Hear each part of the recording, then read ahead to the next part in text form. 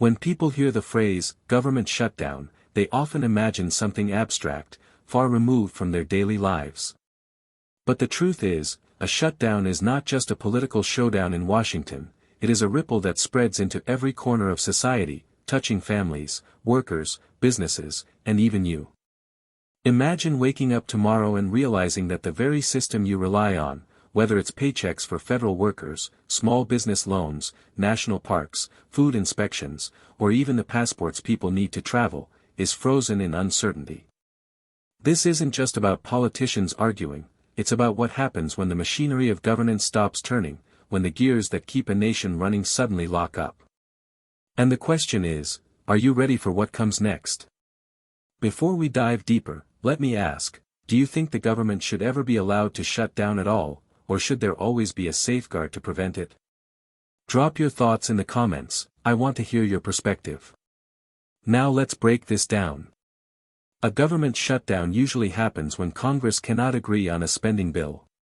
Without that funding, federal agencies are forced to cut off non-essential services, leaving hundreds of thousands of workers furloughed or working without pay. And here's the catch, non-essential doesn't mean unimportant. It means services that can technically pause for a while, but whose absence you will feel sooner or later. Think about the TSA officers at airports working without pay, or the delay in small business loan approvals, or the suspension of certain food safety inspections. Slowly but surely, the invisible support beams that hold up daily life begin to crack. What does this mean for you directly? First, if you are a federal worker, it could mean no paycheck for weeks, maybe months. If you run a business that depends on federal contracts, you may suddenly face delays, uncertainty, and lost revenue. If you're planning to travel abroad, your passport application may be delayed. If you live near a national park, expect closures that hurt tourism, local businesses, and community life. This is not just about numbers on a spreadsheet, it's about the stress and disruption people feel when the system they trust simply stops functioning.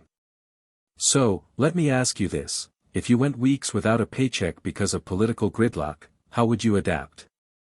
Would you have enough savings, or would you be pushed to the edge?